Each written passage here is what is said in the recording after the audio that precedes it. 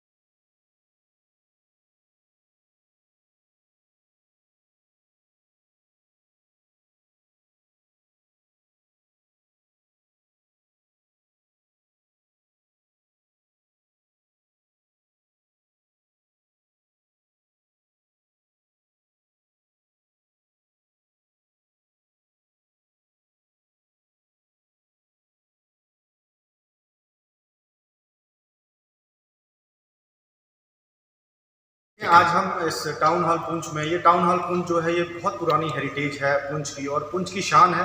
पुंछ को जो इस टाउन हॉल से ही पहचाना जाता था। आप देखें जितने भी बड़े बड़े प्रोग्राम्स आने वाले टाइम में जो होंगे या पीछे भी जो हुए वो इसी टाउन हॉल में किए जाते थे।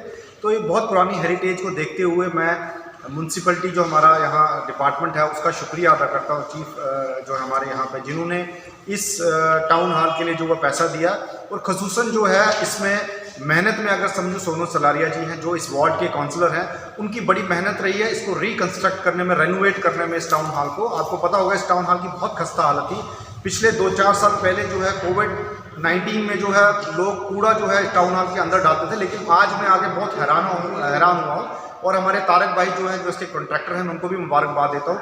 कहीं ना कहीं देखें जब पुरानी हेरिटेज को आप रेनोवेट करते हैं तो उसको उसी नज़रिए से दोबारा लोगों के सामने पेश करना बहुत इंपॉर्टेंट होता है। तो उसका तारक भाई ने जो है वो मार्बल का है, और दरवाजे भी हैं, इनको भी जो पुराना राजा महाराजाओं के टाइम का टच था वो दिया गया।